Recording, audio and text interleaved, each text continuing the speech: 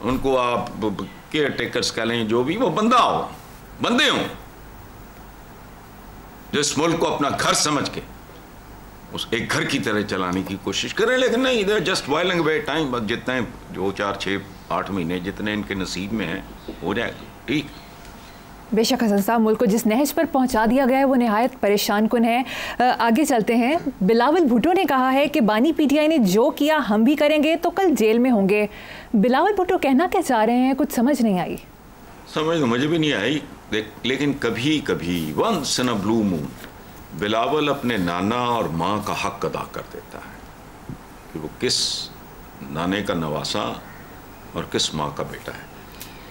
میرا ذاتی خیال یہ ہے کہ بلاول کہنا یہ چاہ رہا ہے کہ آج حکومت جو کچھ پی ٹی آئی کے ساتھ کر رہی ہے وہی کچھ مستقبل میں ان کے ساتھ بھی ہو سکتا ہے. وہ احمد فراز کا ایک بڑا خوبصورت شعر ہے، میں آج زد پہ اگر ہوں تو خوش گمان نہ ہو، چراغ سب کے بجھیں گے ہوا کسی کی نہیں. یہ وبا ہے، آج ان کو پی ٹی آئی کو کھا رہی ہے، کل کسی اور کو کھا رہی ہوگی.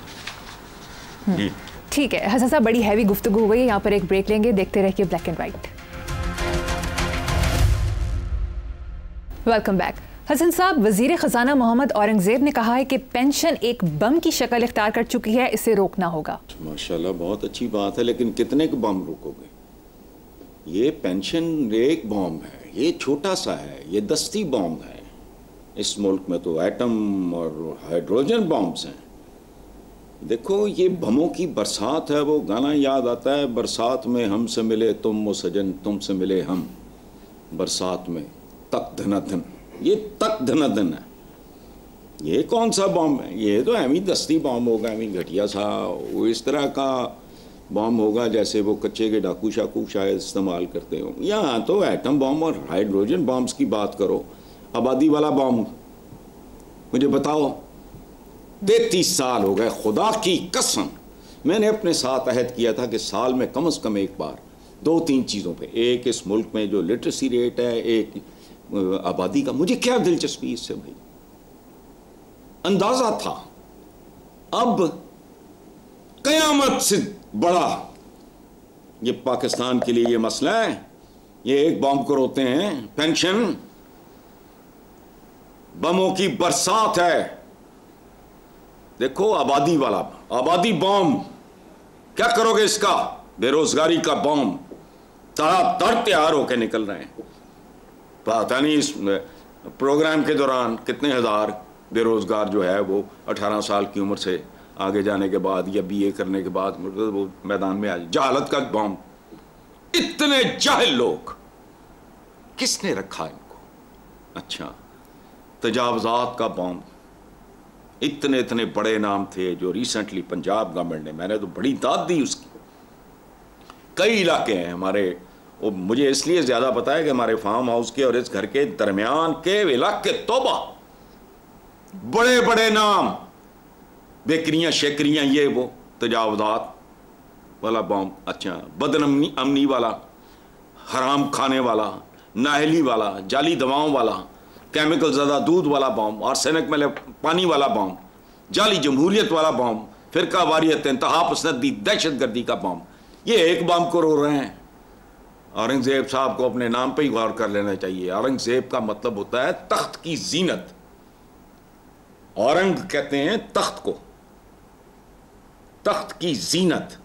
تو بھائی صاحب آپ فائنانس منسٹری کے تخت کی زینت ہیں، آپ سمجھ نہیں. اور کمال دیکھو، میں نے بمز گنوائے ہیں. یہاں صورتحال یہ ہے کہ اوپر بمز، نیچے بارودی سرنگیں، بیچ میں یہ چھوٹے موٹے ہیں کچے پکے کے ڈاکو، پھر ایک موٹر وے کے ڈاکو. کیا ہے یہ؟ ایک بم کو لے کے بیٹھ گئے. اچھا اس کا کر لو گے کچھ، پھر کیا کرو گے؟ مجھے کوئی ایک بات بتائے یا یہ ہمیں سمجھا دیں. میں نے کہا ایک عام تام آدمی جیسے ہم بیٹھے ہیں، اطہر صاحب بیٹھے ہیں، یہ بیٹھے ہیں کیمرہ میں، یہ ہم جیسے مطلب نیچوں کمینوں کو سمجھ نہیں آتی بات، ہمیں سمجھا دیں. 3 محکمے آبادی روکنے کے لیے، آبادی پھڑائی نہیں دے رہی.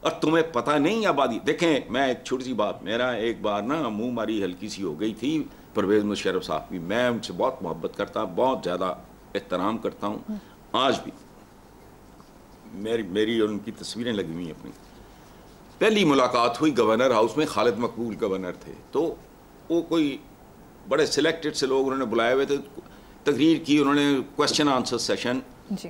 تو میں نے کہا جی یہ جو آپ گروتھ ریٹ بتا رہے ہیں اس کی کوئی اہمیت نہیں ہے اور یہ نہیں. ابھی میں بات ہی کر رہا تھا, وہ تھے ذرا مطابلے سے, تو انہوں نے کہا مجھے انہوں نے ایجنٹ آف ڈومز ڈے قرار دیا.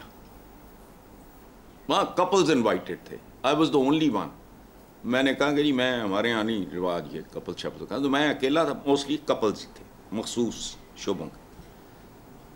تو انہوں نے تقریر جھاڑ دی, میرا بلڈ پریشر چڑھ گیا. میں نے کہا جی آپ گروتھ ریٹ کی بات کر رہے ہیں, میں پاپولیشن کی گروتھ کی بات کر رہا ہوں. آپ کا یہ گروتھ ریٹ اس سے 3 گنا بھی ہو جائے تو آپ پیچ نہیں کرتے. He was shocked.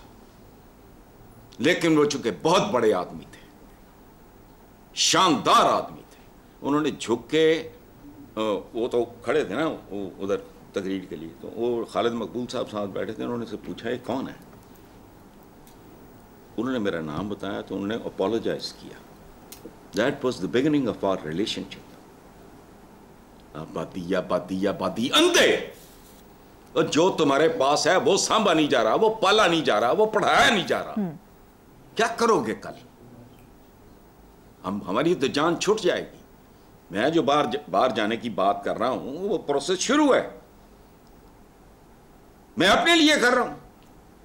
اور یاد رکھنا اس ملک کو عام طور پہ تاثر یہ ہے کہ لوگ بھوک ننگ غربت کی وجہ سے چھوڑ رہے ہیں. ڈیفینیٹلی میجورٹی ان کی ہے, لیکن